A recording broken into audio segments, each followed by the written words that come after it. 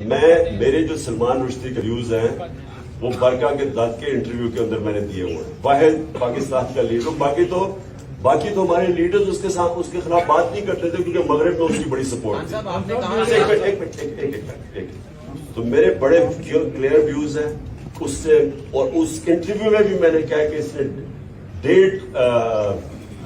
1.5 ارب مسلمانوں کی اس سے توہین کی. میں نے بڑا واضح ہے. اور میں پھر سے آپ کو ریپیٹ کرتا ہوں کہ یہ میں جو بات کر رہا تھا وہ اسپیسیفکلی کر رہا تھا کہ جو طریقہ کار ہے.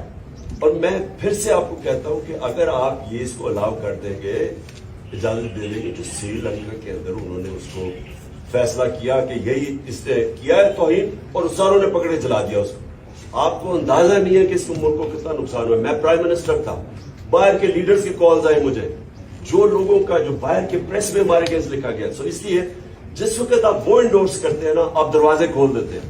کہیں بھی جا کے کوئی فیصلہ کرے جی فائدہ توہین کیا اس کو مار دیں. اس کے میں صرف پروسیجر کے پوائنٹ تھا. سلمان رشدی میرے خیال میں بہت بڑا فتنہ تھا. میرے بڑے اس کے اوپر کلیئر ویوز ہیں.